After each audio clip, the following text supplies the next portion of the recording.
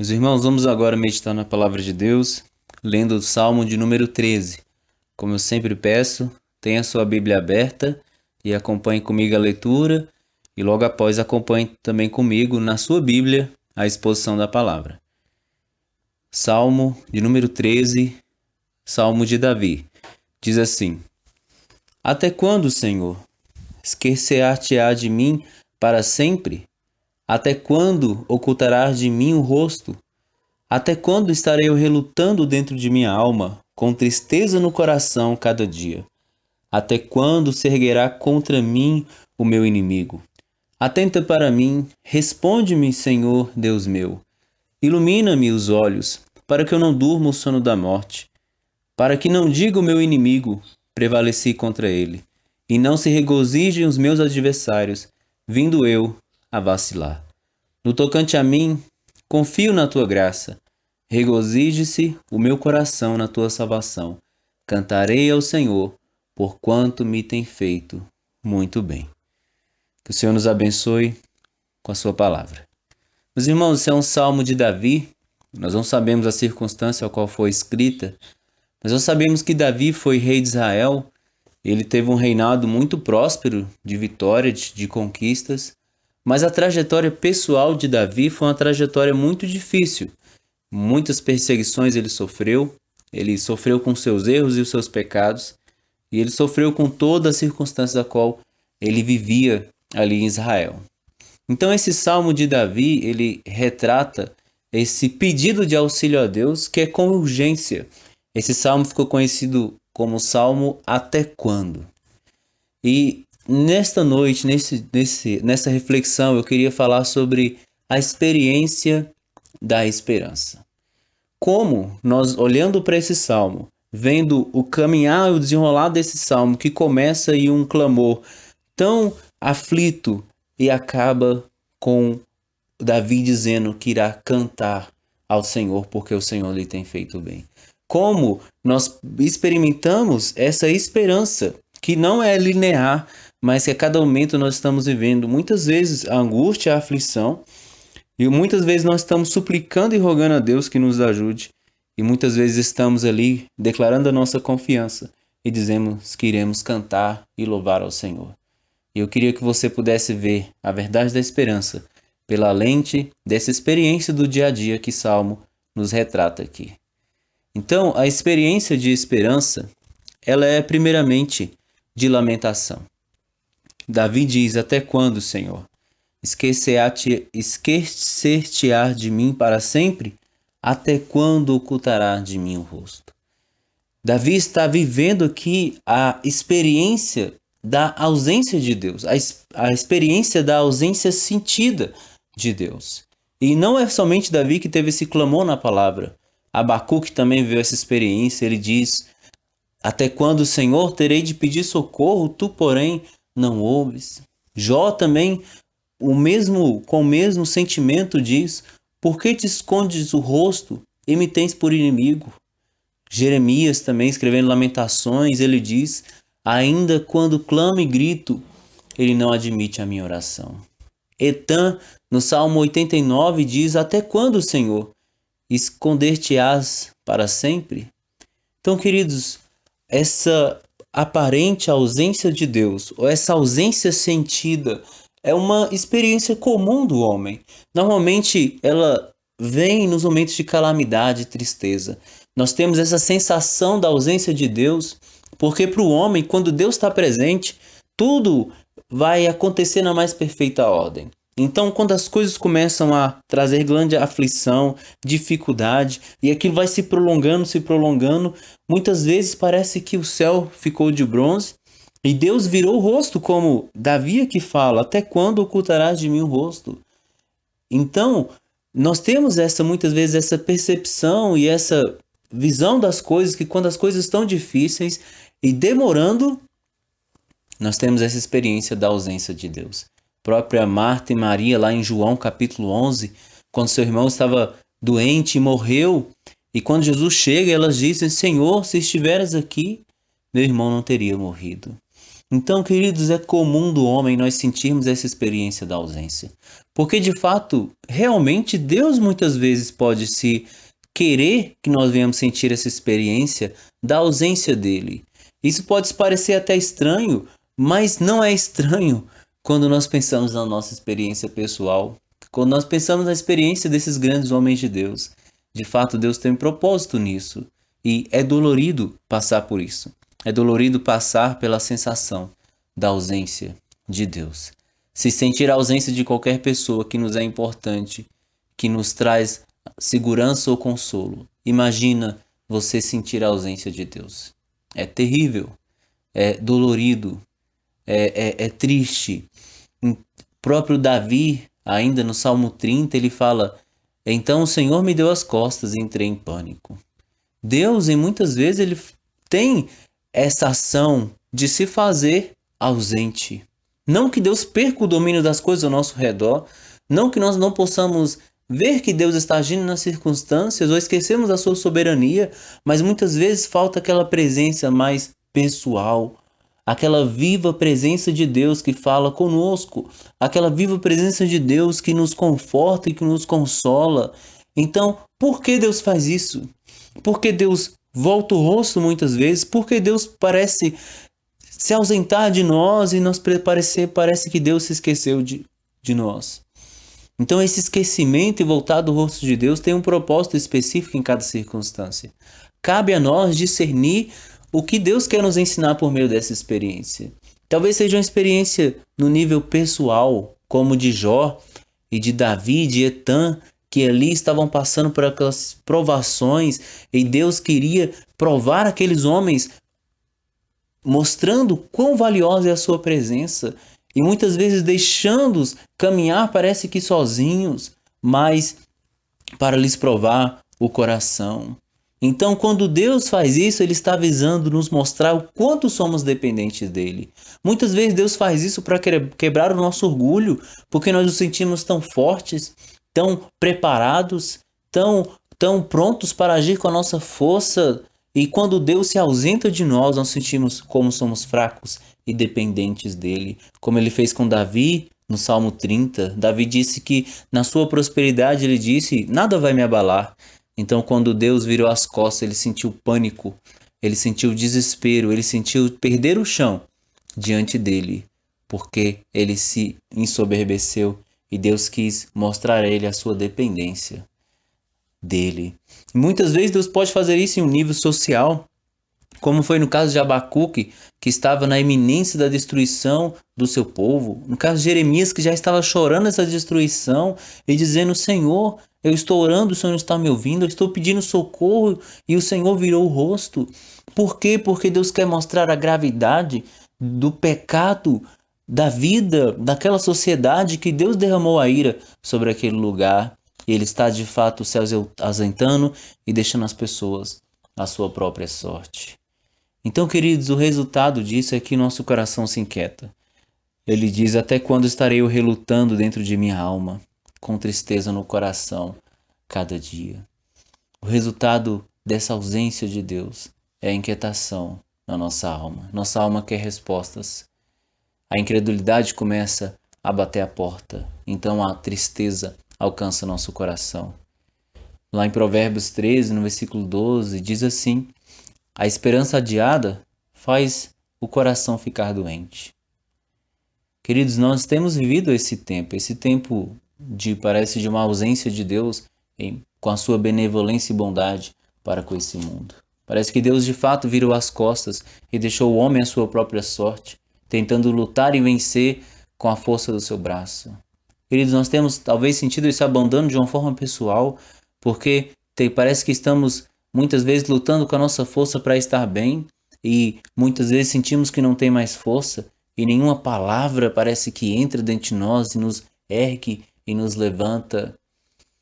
Tim Keller, falando sobre esse período, ele diz: quando você passa semana após semana apenas com notícias ruins, isso te suga espiritualmente. E é uma verdade, querido, nós sentimos o baque, nós sentimos o impacto dessas circunstâncias e dizemos para Deus: Senhor, até quando? Até quando, Senhor? E o nosso coração se entristece, Nossa alma nos questiona e parece que o inimigo vai se tornando cada vez maior. Ele diz: até quando se erguerá contra mim o meu inimigo? Queridos, essa é uma experiência real e verdadeira de cada um de nós em circunstâncias diferentes da nossa vida. É uma experiência que talvez você já passou durante esse período, talvez está passando agora, mas saiba que parte da esperança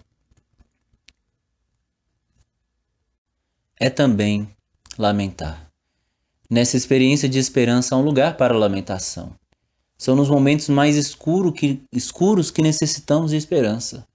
Mas ela não é um anestésico para não sentirmos a dor ou a ausência, mas a esperança que vai surgir no lugar onde podemos derramar os nossos corações.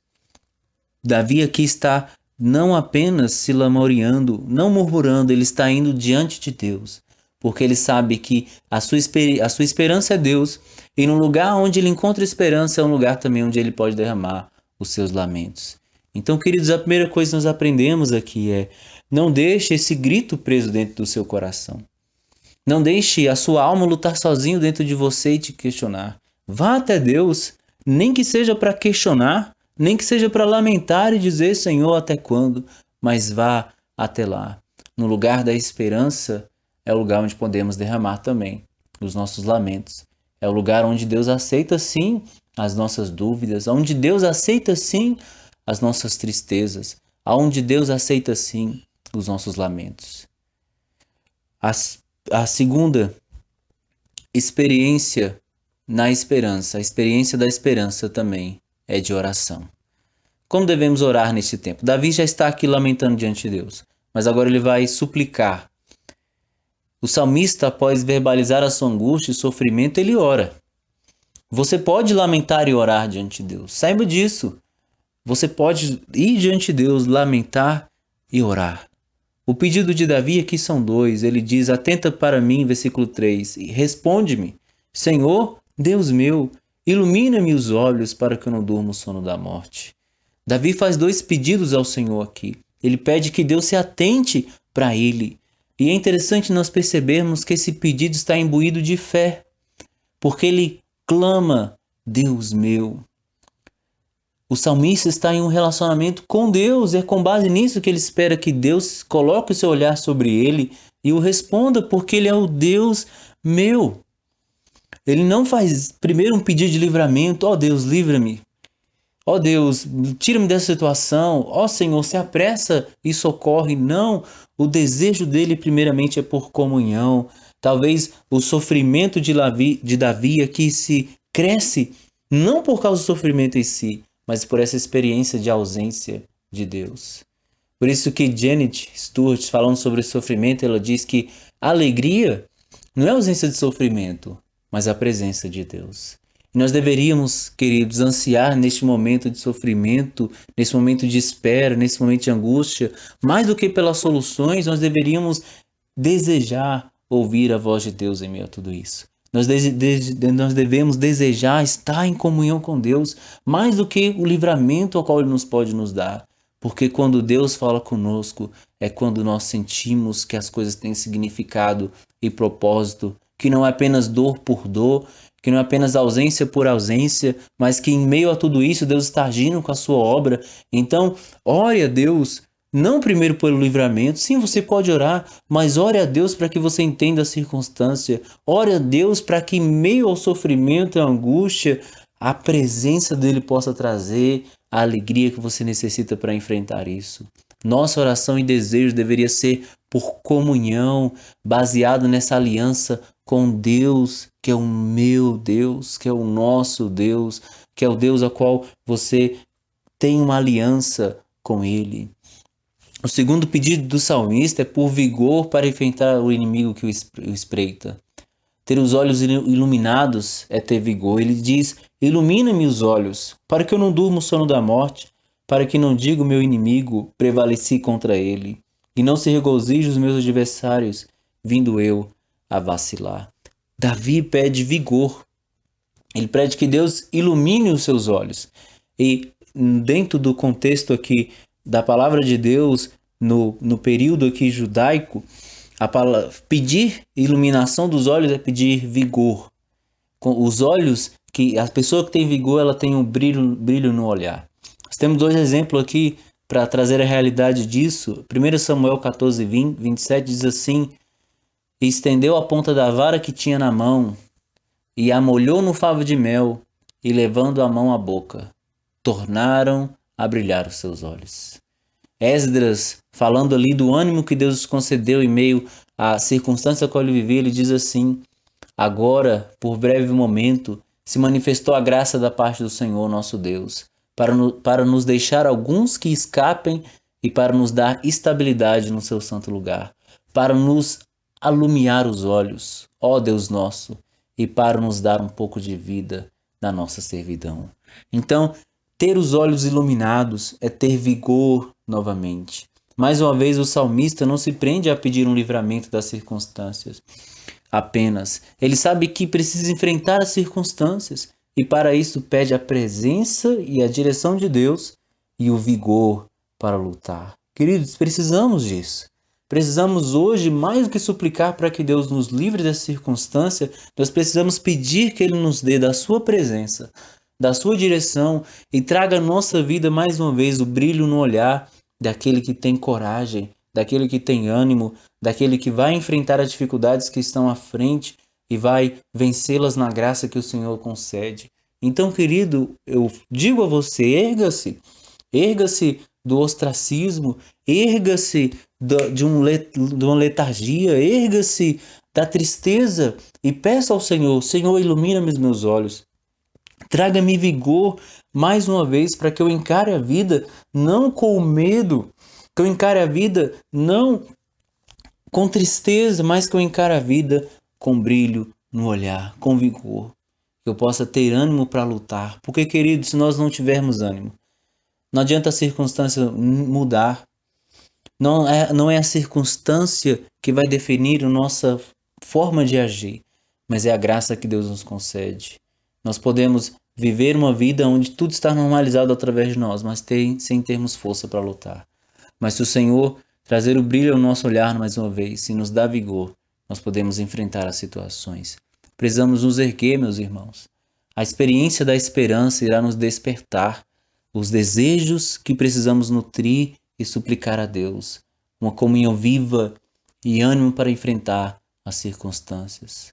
Então nós aprendemos aqui nos desejos que Davi coloca diante de Deus, nas suas súplicas diante de Deus, nós devemos desejar comunhão, nós devemos desejar vigor para enfrentar as circunstâncias diante de nós e não deixar que esse inimigo se erga mais e venha a nos derrotar antes de nos atingir.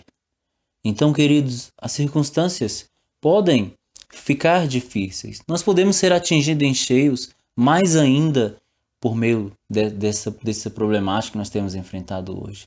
Mas nós não podemos cair antes que eles cheguem até nós. Nós precisamos estar bem, nós precisamos estar ouvindo a voz de Deus, nós precisamos estar cuidando do nosso coração para que, se o inimigo se aproximar, nós possamos ter vigor para lutar e não ser derrotado antes da luta começar, antes da luta se acirrar. Então, nessa experiência de esperança, é uma experiência de lamentação, é uma experiência de oração, mas é também uma experiência de confiança e gratidão. Davi diz, no tocante a mim, versículo 5, confio na tua graça, regozije-se o meu coração na tua salvação. Cantarei ao Senhor por quanto me tem feito muito bem. Parece até que é outra pessoa que está escrevendo agora. Mas não, é um crente. Porque um crente pode lamentar e questionar. Ele pode orar e pedir força e logo depois declarar sua confiança na graça de Deus. Queridos, a esperança não tira de nós a racionalidade das circunstâncias. As circunstâncias são graves e difíceis, mas mesmo assim nós podemos confessar a nossa fé. Nós temos que entender que Davi está escrevendo aqui, Davi não saiu, acalmou a cabeça, foi lá e depois, não, vou escrever outra coisa para o salmo não ficar tão triste. Não, é na mesma hora ele lamenta, na mesma hora ele suplica, na mesma hora ele se alegra, porque a esperança traz para nós esse misto de experiências do nosso coração.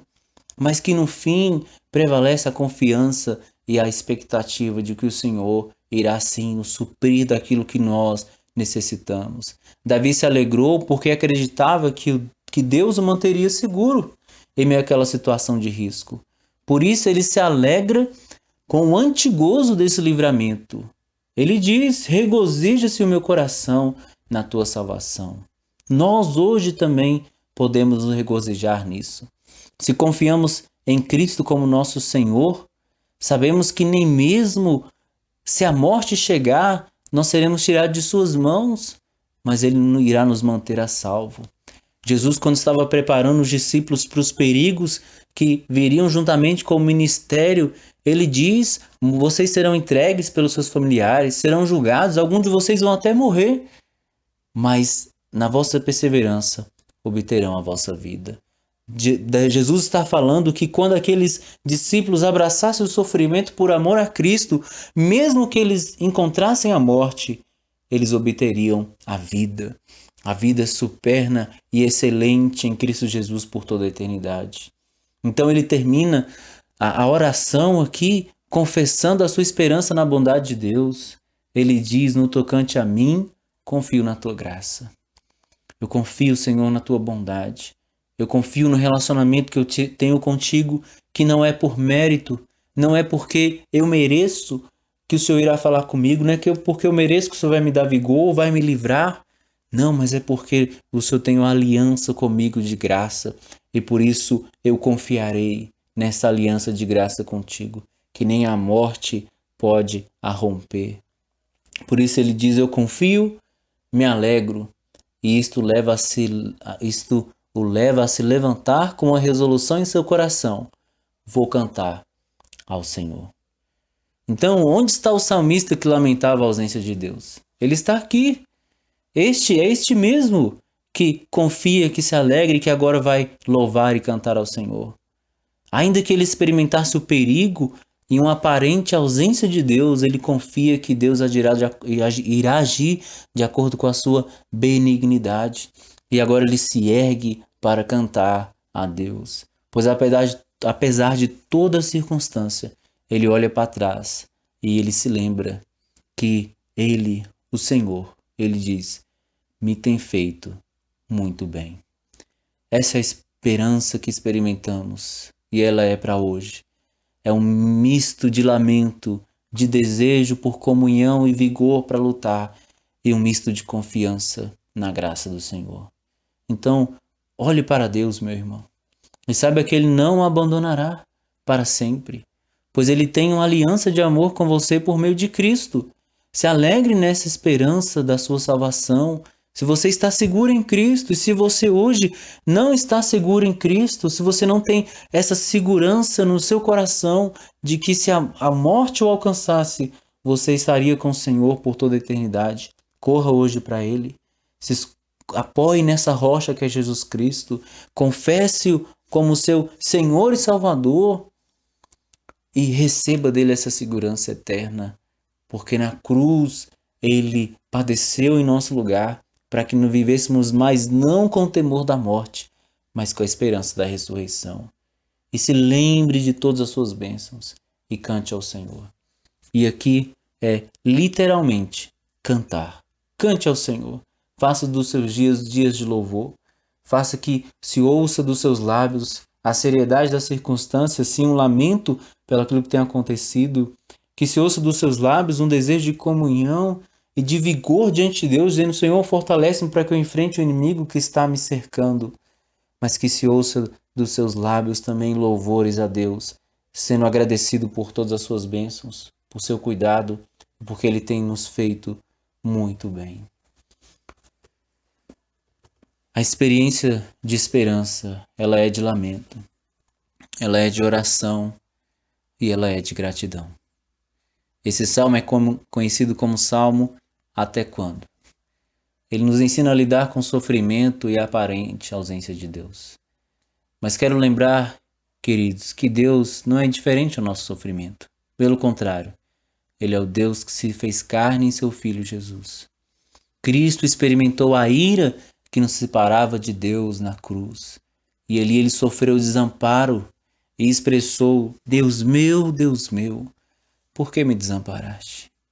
Jesus sofreu ali a ausência de Deus, para que aqueles que confiam nele não sofressem o desamparo eterno na escuridão do inferno, mas pudesse ter certeza do amor do Senhor que está sempre presente. Por isso nós temos essa promessa lá em Romanos 8, 38 e 39, que diz: nem a morte, nem a vida, nem anjos, nem demônios, nem o que existe hoje, nem o que virá no futuro, nem poderes, nem altura, nem profundidade, nada em toda a criação jamais poderá nos separar do amor de Deus revelado em Cristo Jesus, nosso Senhor. Que você viva essa experiência da esperança a cada dia. Lamente diante de Deus, ore e suplique a Ele e seja grato. Cante a Ele os louvores, porque Ele está no seu trono e reina, porque Ele socorre o seu povo e Ele tem lindos e belos e grandiosos propósitos com toda a circunstância que nós temos vivido. Então, se apegue a isso e viva essa experiência de esperança.